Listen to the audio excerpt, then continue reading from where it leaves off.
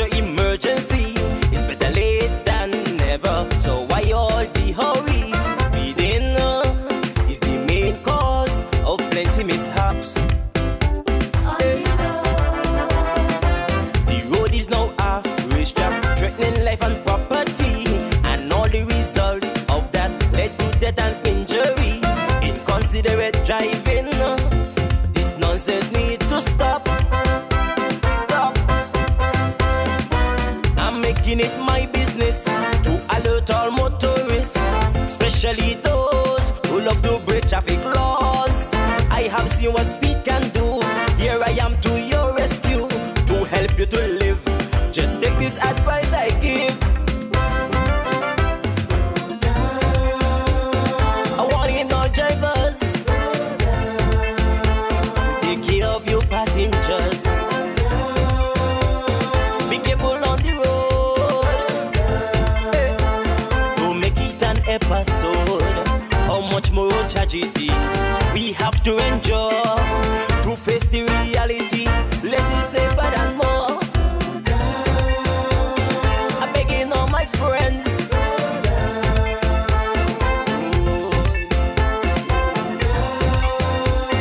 Be careful on the road. Slow it down, slow it down. Hey, Roger, watch out for them donkeys.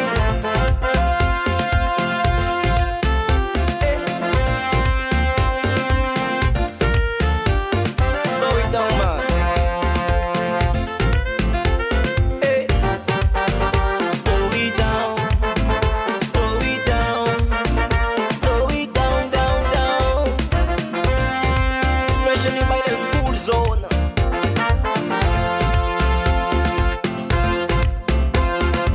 The dirt road procedure, Granny reminisce about how it used to be more safer. They used to travel without the fear of getting hit by a speeding vehicle.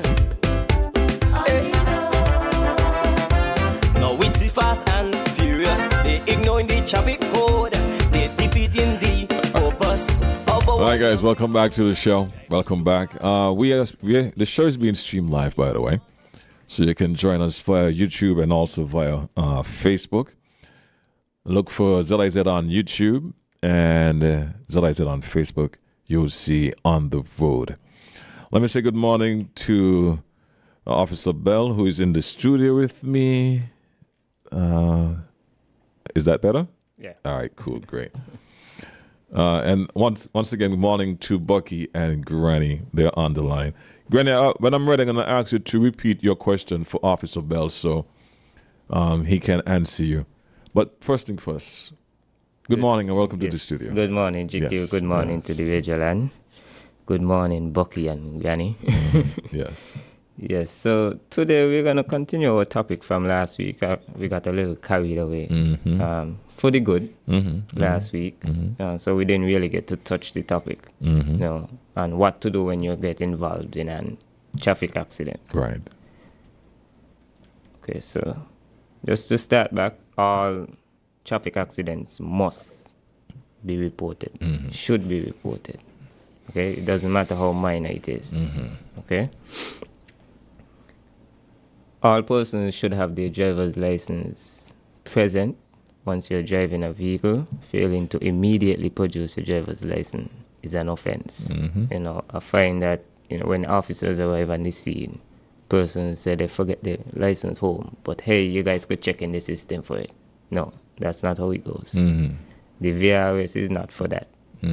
Although we can go and search and verify, it is not for that. Not all officers have access on the ground for their VRS. Okay. And the last stage, you must have your driver's license on you when you're driving. Of course, if you go to Inland Revenue, you go to anywhere, you cannot conduct any business unless you have your ID present. And you're not going to query with them to tell them, check your system, my ID is there. No, you're going to go back and ensure that you get your ID so you can get your job You're done. prepared for the argument this morning, boy. Yes. You have 5 days to produce your insurance. Those are the two main stuff that the documents that the police asks for on the scene. your driver's license and your insurance. Okay. If you don't have your insurance on you, you can produce it within 5 days. Okay. Now, a lot of issues we have with the insurance part now, persons get in accidents. When they go and they check their insurance, it is expired. And they go to the insurance company on the day and renew their insurance. But the insurance policy will have the date and the time when it was issued to you. And if that is after the occurrence of the accident, you are not driving when covered by insurance. Okay. So it doesn't matter if it's the same day. The time of the accident is what matters. Okay.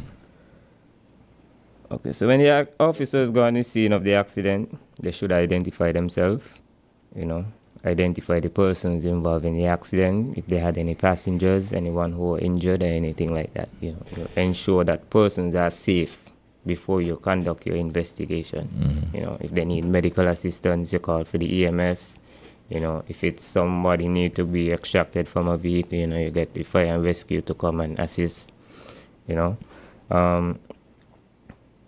Persons might complain for whiplash, pain in the hand, pain in the back. Nothing that they want the ambulance to come for, but they would have to go to the doctor or the hospital to check out after. We encourage them to ask for a medical examination form. Right. A next problem we encounter persons, getting in accidents, especially with buses. They cannot wait on the scene. They stop another bus, and they continue, they're gone. They didn't wait till the police arrive, or they didn't take any information from the driver of the bus. But then they come and claim for all kind of injuries, all kind of damages. The insurance is asking the police, well, where's the information for this person? There is no information for that person. The police cannot prove that you were a passenger on that bus. Right. The police cannot prove that you encountered these injuries as a result of the accident because they were not reported. Hold on there. Bucky has a question for you. Go ahead, Bucky. Yeah, this have been coming up a lot. I know. Why haven't anything been done, right, about these cyclists? Why we need to stop them? It's because it's a bike. They could easily maneuver. It is okay. A lot of persons want to know. Because you be by the stoplight, and here comes the bike. I'm gone. And I never see one get ticket yet. So is it okay? Do they have a leeway, advantage because it's a bike? It's not okay. They don't have any leeway. However, when these offenses occur, sometimes the police is not present at the scene immediately. You may report it, but we don't have any proof to show unless there's a camera or you provide footage from a dash cam or something like that. Sometimes the license plates on the bicycles are not even valid. And then when it comes to setting chase behind these cyclists, when things go wrong, then the police get the bad picture. So to answer Bucky, no, it's not right, but it's somewhat of a difficulty to prosecute the cyclists without the proper facts. So, in other words, you're asking the public to report proper information. Yes. That way you can execute the law. If Yes. Okay. Granny, you had a question. Go ahead, Granny. It was related to dotted lines? Yeah, I'm coming. But I'm a bucky, if the motorcycle man them on the ground, the police then could find them easy. Cause the boys stop, maybe somebody hit them, so they're on the ground, right? So they got they need to do these things. They need to stop, right?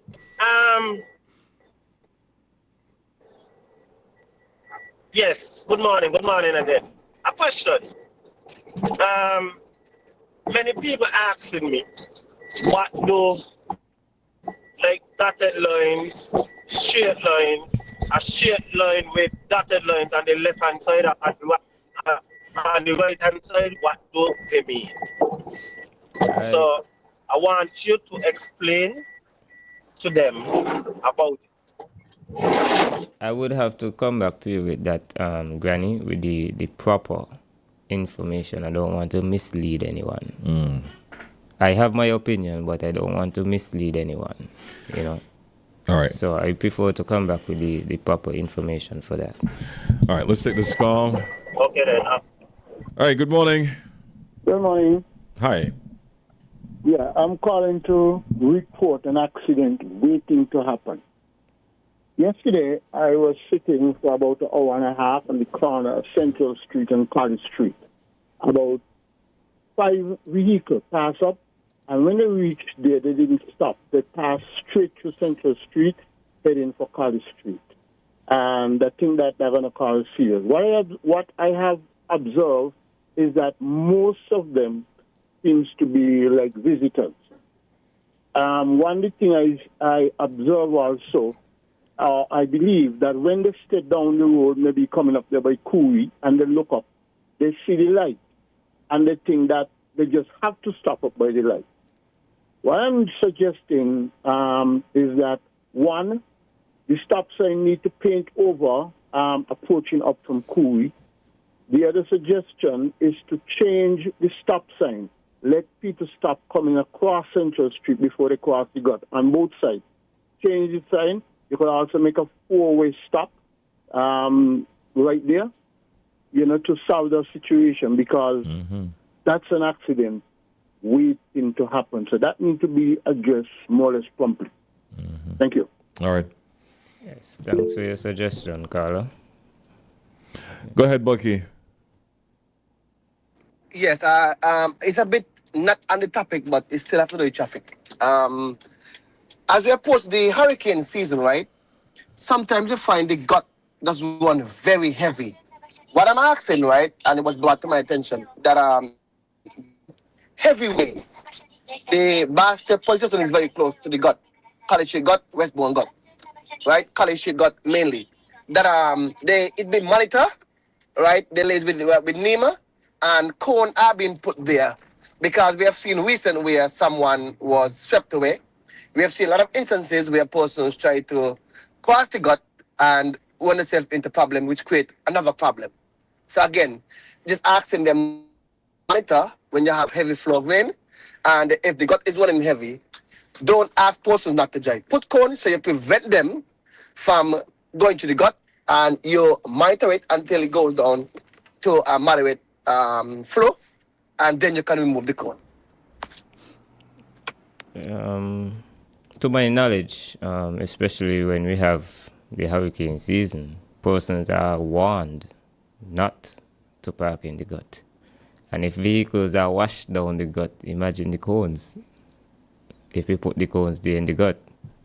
No, Mr. Bell. What I'm saying, right? Okay, for example, College Street gut, you can put the cone just before you go down Church Street. So the person will know that they cannot go across, right? And then you put the cone just before Market Street. So you're preventing persons from going to the river when it's running heavy. And it's just a suggestion. Okay, and your suggestion is valid.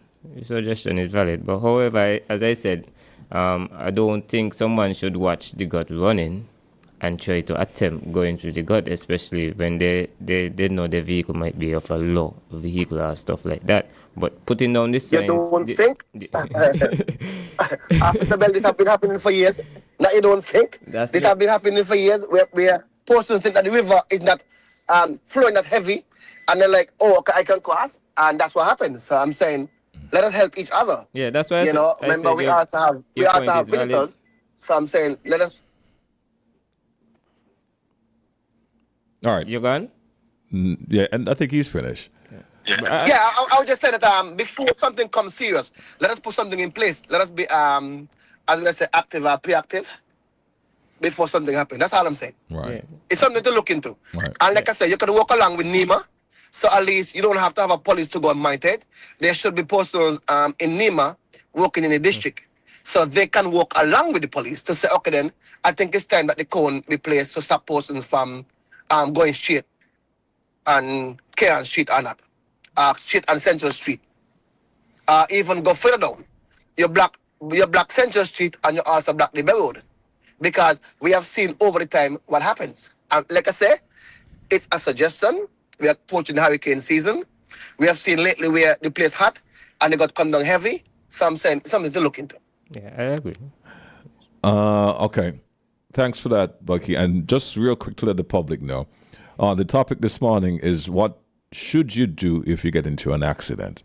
And of course, we are opening the lines to hear from you. And your comments or your questions doesn't necessarily have to be related to the topic at hand, but just that, that is the topic for today. Mm-hmm. This person is asking, could you please let me know if it is necessary to inform your insurance in the event of an accident? Yes, it is. Why? One, sometimes the insurance come to the scene, they would have a more at-hand view as to how the accident happened or what happened at the accident scene. Mm-hmm. Most of the times you go to the insurance, you claim for the accident, and they still ask you for photos or stuff to kind of give them a image of what really happened, mm-hmm. And that way they can more advise you moving forward. Okay. You should inform your insurance also, because I think they have a time period for you to report your accident to them. You don't have to make a claim, but you're reporting it to them in the event that you may have been the one at fault and have to make a claim. It was reported to them within their time period. I think some of them it's either 7 or 14 days. Okay. Every insurance have their own policy. Yes. So you reporting it to your insurance is not saying that you're accepting liability, mm-hmm. but you're informing them of the accident that they may or may not have to compensate the third party. Okay. You answered this question last week, but it has popped up again. But I'll forego the question and go to the phone line. Good morning. Hi, good morning. GQ, how are you this morning? I'm good, thanks. And the police officers, good morning. Good morning. I have a question. I would like you to follow me very keenly. We are coming from Cairn Street, going west.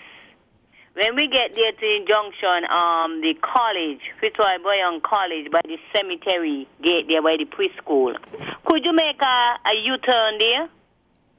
A U-turn? No. Because I see people making a U-turn there, and I saying that I have not seen any signs that you can make a U-turn. So I say, let me call in this morning and find out if it is right or if it is wrong. No, you're not supposed to make a U-turn there. Okay, appreciate your answer. You have a blessed one. Yes, Jicky, the issue that we may find there, I'm speaking frankly, mm-hmm. there's no sign there also to restrict them from doing that. Mm-hmm. But it's very dangerous. Yeah, it has become a practice now. There's a sign if you're coming from down the, I think you call that Burden Street, mm-hmm. that you can make a right turn mm-hmm. to go east. Mm-hmm. You can't make a right turn there. Mm-hmm. But coming from east to west on Cairn Street, there's no sign there restricting you from doing that. Yeah. The question now, why is it important to report all accidents, even the minor ones? Because, for example, I explained last week, sometimes you come to a verbal agreement, and further down the line, when you go to repair your vehicle, you take off the bumper, you realize the sensor is damaged underneath, something else is damaged underneath, and it's no longer a minor fix. That sensor might cost $1,000 mm-hmm. or $3,000, mm-hmm. whereas you could have paid $500 to fix the dent in the bumper. Mm-hmm. You now have to pay $3,500 or $4,000. Mm-hmm. You don't have that. Now you have to go to your insurance now to make a claim. The insurance will need a police report. Mm-hmm. And if there is no police report, there is nothing the insurance can do because there is no proof to show that an accident occurred. Okay. If the But person that's an example in your favor. But let's say there's an example where there's nothing wrong, no damages. no damages. Well, then the police come. Once the police can assess that and they write that there's no damages, at least you have reported it. So later down the line, the person who you may have collided to, for example, a rear end collision, can come back and be malicious and say, hey, because of the accident, this and that happened to my vehicle. People come to agreement, and then later down the line, when they're advised by others, they change their mind. Right. So it's to safeguard yourself Okay. legally. Okay. Go ahead, Bucky. Yes, I want to challenge Officer Bell, indulge Officer Bell. One of the issues that persons have, right, in reporting traffic accident, and I like to speak to you because we know each other and we both can be frank. Now, if I get in a minor accident, right, and I took the wrong and I said, hey, I'm going to deal with the offense, you know what I mean, let's just deal with it, and there's no police involved. The problem people are facing that when you get police involved, there are some police. Let me ask the question. When you report an accident to the police and you decide, okay, you're calling, but you're going to settle, what happens after? Okay, I done the repair. What do I do? Do I go back to the police? Do I go to traffic and say, hey, this was a traffic accident? We both agree. This is the receipt. I already fixed the person's vehicle. Like, what is the procedure? Because I think what happened here is that I was told that even though you still settle the case, that the officer still at times take it to court. Yes. Because if that is the case, well, I will never report an accident if I'm going to settle it. Because why should I settle a claim and still go to court? Because the traffic got laws. Okay. To answer Bucky, yes, you can, after persons are compensated and they wish no further police action, we encourage them that they put it in writing. They and the other party sign with an independent witness who can be either the police, the insurance representative, a lawyer, someone who is independent in the case. They sign that they accepted liability, they have already repaired the vehicle, and they wish no further police action. Now, the matter, that is the civil part. As I explained last week also, if the officer find that the accident is minor, but the person failed to stop by a stop, a give way, or they were reckless in their driving, They broke a traffic law. they broke other traffic law, then the matter can still go to the court. However, with you having that letter provided to the police, when it goes to the court, the magistrate will use his or her discretion and determine, based on the facts provided, if it's not a major accident, and the other person was already compensated and they wish no further police action, most of the time the magistrate will withdraw the matter or caution the person. I have seen it. You understand, Bucky? Yeah, but like I said, if me get an accident and me not make a case, me not report it. You can't say yes, you understand and go back I and say you me not call the police because then me not want to go court or take time off for work. When you go court, you hear this person. Understand, the court system is what drive persons crazy, But because you can still, Officer Bell is not talking. When you go to court, right, sometimes the case ain't call, sometimes it's months. You have to be back and forth, and gas gone up and diesel gone up. So you have to leave work and leave here, go to the court, sit down in the hot sun, come back the next day, come back tomorrow. It is very frustrating. So I think that is why persons tends not to even want to go to court. So maybe the traffic department, along with the court, need a quicker system, a quicker process in dealing with this traffic violation. Go ahead, Mr. Bell, and then we're going to wrap it up. Yes. I'm going to ask Bucky a question. If you get in a minor accident, you don't call the police, you make it up with the person, and then later down the line, you get a lawyer letter from that same person. Who are you going to run back to prove that the accident was minor? What proof would you have? It's your word against that person. The police was not present to assist you now with that case. We done settle. You done settle? You can't come back. Yeah, you can't come back. Okay. Well, that's your verbal agreement. But however, failing to report an accident now is an offense. So you have to remember that too. What I say heart na grieve? I don't even know if I should laugh at that one, right? I honestly, because this is. I mean, I understand that you're making it a light moment, but it is a serious matter, right? And the matter at hand, from my understanding, you can correct me if I'm wrong, Officer Bell. Right? I'm just going from what you said. As minor as an accident is in terms of the damage, I might still be in the wrong of committing a traffic offense, either me or the other person. Yes. So you as the officer, you now have to come and justify if all angles are cleared before you could, quote unquote, make a step forward in terms of prosecuting any one of the individuals or both individuals. That's my understanding. Yes, and we discourage persons from trying to make verbal agreement at scenes because most of the times, person will give you their surety, give you a contact number, everything, and then as they leave that scene, you cannot get them, and then you might have taken down the number plate. But the reason why they didn't want you to call the police because the number plate on that vehicle doesn't match that vehicle. So now when you're giving the police that number plate, they're getting a different person because something was wrong with that vehicle. Or either that vehicle didn't have any insurance or that person didn't have any license.